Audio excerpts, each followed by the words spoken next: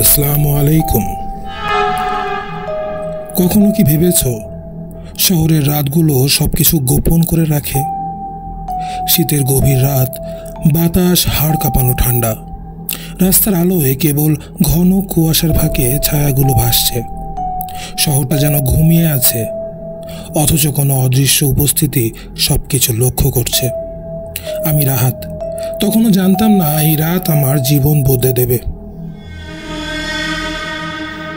হঠাৎ পুলিশের রেডিও থেকে কণ্ঠস্বর এলো, নাইট স্টকার স্ট্রাইকস এগেইন। শব্দগুলো শুনেই বুকের ভেতর ঠান্ডা স্রোত নেমে গেল। এই নামটা শোনা মাত্রই শহরের বাতাস ভারী হয়ে যায়। কেউ তাকে দেখেনি, কিন্তু তার উপস্থিতি মৃত্যু যেমন নিশ্চিত তেমনই। আমরা পৌঁছালাম অপরাধস্থলে। অন্ধকার গলি, ঝাপসা আলো, ভিজে মাটিতে জমে থাকা কুয়াশা। আমার প্রতিটি পদক্ষেপের শব্দ দেয়ালে প্রতিধ্বনি হচ্ছিল। লালচে দাগগুলো রাতের অন্ধকারে ভয়ঙ্করভাবে ঝলমল করছিল। মাটিতে নিথর এক তরুণী, তার চোখ স্থির হয়ে আকাশের দিকে তাকানো। শেষ মুহূর্তের ভয় যেন তার দৃষ্টিতে জমে গেছে। আমার হাত কেঁপে উঠল। মনে হলো সে মৃত্যুর মুহূর্তটুকু আমার দিকে তাকিয়ে রেখে গেছে।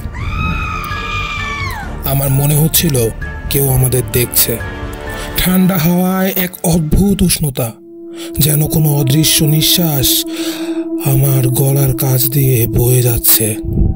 আমি ধীরে বন্দুকের হাতলে হাত রাখলাম। রাত, সাবধান। লেনার আতঙ্কিত চিৎকারে আমি ঘুরে দাঁড়ালাম। কুয়াশার ভেতর কিছু নড়ে উঠল, মুহূর্তের মধ্যে অদৃশ্য হয়ে গেল। আমরা দৌড় শুরু করলাম। সংকীর্ণ গলিতে প্রতিটি পদক্ষেপের প্রতিধ্বনি আমাদের তাড়া করছিল। ছায়াটা সামনে, তবুও সব সময় ধরাছোঁয়ার বাইরে। মনে হচ্ছিল সে আমাদের নিয়ে খেলছে।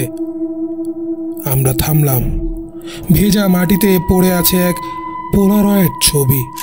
ফ্ল্যাশে ধরা এক নারীর মুখ, কেটে ফেলা আঁচড়ের কারণে বিকৃত। রেনা ফিসফিস করে বলল, এটাই কি তার পরের শিকার? সেই রাতে আমরা শহরের প্রান্তে পৌঁছালাম, এক পরিত্যক্ত হোটেলে। ভাঙা জানালার ফাঁক দিয়ে অন্ধকার উঁকি মারছে। নীরবতা এমন যেন হোটেলটা নিজেই শ্বাস বন্ধ করে আছে। ভেতরে ঢুকতেই মেঝের কড়ি কাঠের চাপা শব্দ উঠল। প্রতিটি দরজা অল্প খোলা, ভেতরে পিচ কালো অন্ধকার। আমার মনে হচ্ছিল কোনো অদৃশ্য উপস্থিতি আমাদের আগমনের অপেক্ষায় আছে। হোটেলের ভেতরে এক কক্ষে দেয়াল জুড়ে সারি সারি পুরনো ছবি, প্রতিটি মুখে লাল কালি দিয়ে আঁচড় কাটা। কিছুতে বৃত্ত টানা, কিছুতে লেখা নেক্সট। আমার বুক ভারী হয়ে এলো। সে আমাদের খুঁজছে। হঠাৎ লাইট নিভে গেল। অন্ধকারে ঠান্ডা ফিসফিসানি। পরবর্তী তুমি। আমার মনে হলো কারো নিঃশ্বাস কানে ছুঁয়ে গেল। টর্চ জ্বালালাম। দেয়ালে কালো কালি ছিটানো।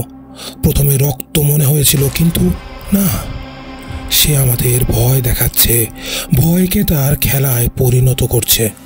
একটা পুরনো থিয়েটারের ছেঁড়া টিকিট, পেছনে লাল অক্ষরে লেখা ফাইনাল অ্যাক্ট। দাগগুলো শুকিয়ে গেল, যেন এখনো জীবিত। আমরা ছুটে গেলাম থিয়েটারে। ভেতরে অর্ধেক খোলা পর্দা, মঞ্চে ঘন কুয়াশা। প্রতিটি পদক্ষেপে মনে হচ্ছিল কেউ আমাদের পর্যবেক্ষণ করছে। মঞ্চের মাঝখানে একটি কাঠের ক্যামেরা, লেন্স সরাসরি আমাদের দিকে তাকানো। হঠাৎ শাটারের শব্দ, কেউ ছবি তুলল। পুরনো প্রজেক্টর চালু হলো। স্ক্রিনে ভেসে উঠল একটার পর একটা আতঙ্কে জমে থাকা মুখ। আমরা যেন মৃত্যুর মুহূর্তের গ্যালারির দর্শক হয়ে গেছি। পেছনে এক শীতল উপস্থিতি অনুভব করলাম। ধীরে ঘুরে দেখি কুয়াশার ভেতর অস্পষ্ট ছায়া, চোখ দুটি জ্বলছে। এক ফিসফিস কণ্ঠস্বর, শো এখন শুরু হচ্ছে। আমার গা শিউরে উঠল। পর্দা নামতে শুরু করলো, সব আলো নিভে গেল, আমরা অন্ধকারে আটকে গেলাম। আর তখনই বুঝলাম নাইট স্টকারের গেম এখনো চলছে। ভয় পেয়েছেন? আপনার ভয় পাওয়া এর মানে হলো আমার জন্য অনেক বড় কিছু পাওয়া। সতর্ক থাকুন, সাবধানে থাকুন, সাবস্ক্রাইব করুন, ভয়কে জানুন। আল্লাহ হাফেজ।